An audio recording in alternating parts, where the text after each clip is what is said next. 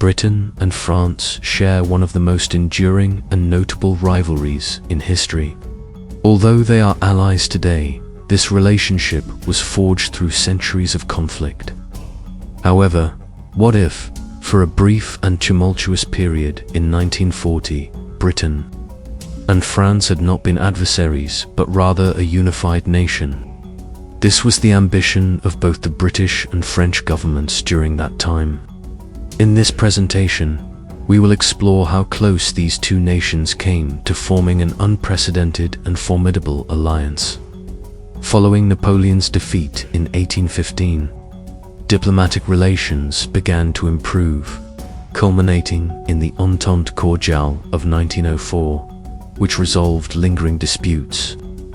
During World War I, they emerged as steadfast allies, a bond that strengthened further after the Treaty of Versailles, particularly with the resurgence of Germany in the 1930s. As the threat of war loomed, the concept of an Anglo-French union began to surface, with discussions emerging as early as 1938 as a strategy to deter German aggression. Once the war commenced, these discussions intensified, leading to the establishment of a Supreme War Council in September 1939 to coordinate military strategies, followed by a council aimed at enhancing economic collaboration in 1940. By March of that year, negotiations were underway to align their extensive colonial empires to bolster each other's war efforts. The notion of a formal union, however, remained largely theoretical and was primarily viewed as a peacetime initiative. As late as February 28, 1940, the British Foreign Office was contemplating this idea as a post-war endeavour, with Sir S. Grant proposing a union to enable Britain and France to function as a cohesive entity to counterbalance Germany. The British would need to relinquish some degree of sovereignty to the newly formed union. However, the Foreign Office was optimistic that they had several years to educate or persuade the British public to accept this concept. It was understood that such plans were intended for the post-war period, symbolizing a mutual commitment to conclude the conflict together. On March 28, 1940, both nations agreed that neither would pursue a separate peace with Germany, maintaining a united front until the war's conclusion. As is often the case with strategic plans, this one faltered upon facing the enemy. On May 10, 1940, German forces surged across the French border, and the French army, unprepared for the rapidity, scale, and sophistication of the German offensive, quickly deteriorated. By June 11th, with German troops advancing towards Paris, the French cabinet, led by Prime Minister Paul Renaud, informed the British that the French military was exhausted and lacked the reserves necessary to reverse the situation. Churchill urged them to hold their ground in Paris. However, Marshal Philippe, head of the French armed forces, countered that turning Paris into ruins would not alter the outcome. Discussions regarding an armistice began to surface, with General Maxime Weygand, a close ally, of advocating for negotiations, appeared to be sympathetic to this notion, while Renaud remained steadfast, believing that France should honor the commitment made in March not to seek a separate peace with Germany. Renaud conveyed this to Churchill, who assured him that regardless of France's actions, Britain would continue to fight.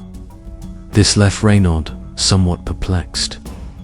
He wondered whether Churchill's statement was merely a declaration of resolve, or an indication that France could surrender while Britain would persist in the struggle.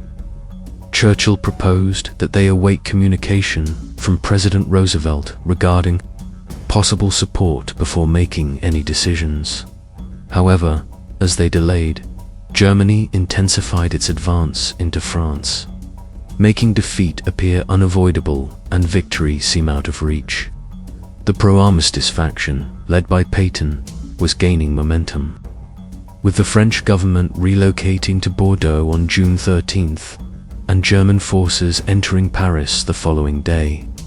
It became evident that the only glimmer of hope lay in American intervention. Renault implored Roosevelt for assistance, but when Roosevelt responded on June 15th without any assurance of American involvement, even Renault's optimism waned. That evening, he reached out to Churchill, inquiring whether Britain would accept France's pursuit of a separate peace.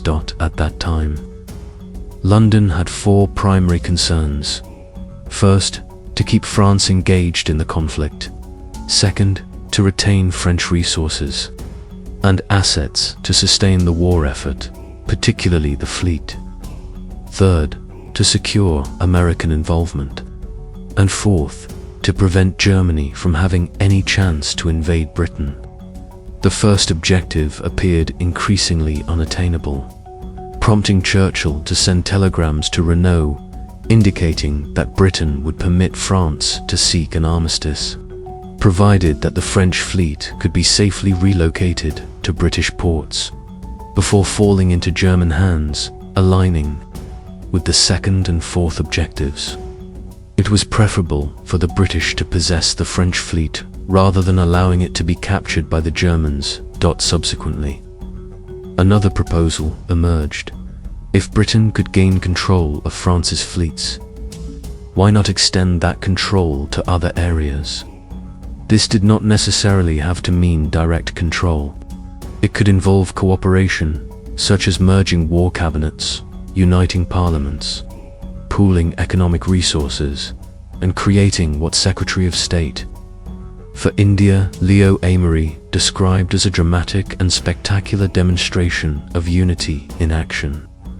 Amery contended that such a coalition would not only inspire French troops, but also persuade the Americans that this was a fight worth winning, thereby encouraging their involvement. The involvement of all parties was crucial to achieving Britain's four primary strategic objectives. Churchill was taken aback by the concept, and even more astonished to witness his cabinet treating it with seriousness. However, the circumstances were dire, and this was further propelled by the arrival of General Charles de Gaulle in London. That morning, fresh from the fall of Paris, de Gaulle arrived in Britain with a steadfast determination to continue the fight for France from exile if necessary. If de Gaulle was prepared to collaborate closely with Britain and sustain a French government in exile, the proposed Union plan might not be as far-fetched as it initially seemed. Meanwhile, in France, Renault had received Britain's earlier response, which allowed for an armistice contingent upon the surrender of the fleet. Secretly, Renault hoped that the British would decline, providing him with a rationale to disregard Pétain's faction and keep France engaged in the conflict. He was in despair until de Gaulle contacted him with news of the new Union plan, which he considered a stroke of fortune. However, time was of the essence. He informed de Gaulle that he had merely half an hour to finalize arrangements. De Gaulle collaborated closely with Churchill's chief diplomatic advisor, Sir Robert Vansittart, to formulate one of the most ambitious political unions ever conceived. With urgency, a plan was presented to Churchill that afternoon. The proposal outlined a complete union encompassing defense, foreign and financial policies, shared citizenship, mutual responsibility for post-war reconstruction, a united war cabinet, and associated parliaments. At this critical juncture in modern history, the governments of the United Kingdom and the French Republic declared that France and Great Britain would no longer exist as separate nations, but would form a single Franco-British Union. Within hours, Churchill's cabinet endorsed the proposal, and a condensed version was delivered to Renault for discussion with his Council of Ministers. However, they were not impressed, as France stood on the brink of military defeat, with Paris under enemy control. Thus, when the Prime Minister arrived, the situation was dire. An audacious proposal to unite with Britain emerged. Yet there was a glaring absence of strategies to address the ongoing military crisis that was gripping the nation. In truth, McKeon's intelligence operatives had already uncovered the plan prior to the meeting, and he deemed it ludicrous, having swayed several ministers against it even before Renaud introduced the idea. When Renaud finally presented his proposal, those who were not taken aback were already his adversaries. A prevailing sense of pessimism and defeatism had enveloped the French leadership, who were convinced that Britain would not endure for much longer. Bertin dismissed the notion as a merger with a dying entity, while Vand predicted that Britain would soon meet its demise. The French cabinet dismissed the proposal without even holding a vote, leaving Renaud disheartened.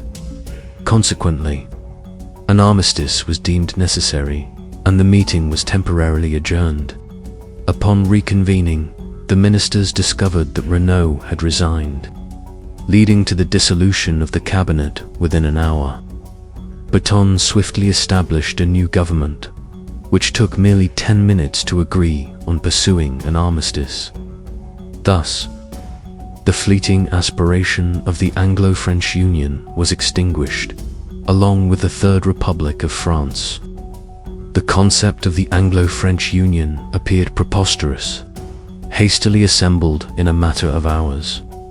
Characterized by its ambitious and transformative nature, yet lacking any substantial planning for its execution, the French cabinet's response, notably their failure to vote on the proposal, indicated that they regarded it as too far-fetched to be feasible.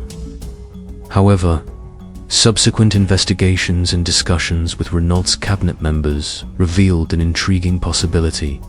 Had Renaud opted for a vote, the plan might have garnered support. Bertin and Vaughan's factions, already prepared to oppose the initiative, vehemently criticized it, leading Renaud to believe that most cabinet members were against it. This misconception is why he did not pursue a vote. In reality, many members required time to contemplate the proposal. The outcome remains uncertain. Had Renaud insisted on a vote instead of resigning, would the Union have been realized? Would it have survived the war? These questions linger, but what is clear is that for a brief moment, the prospect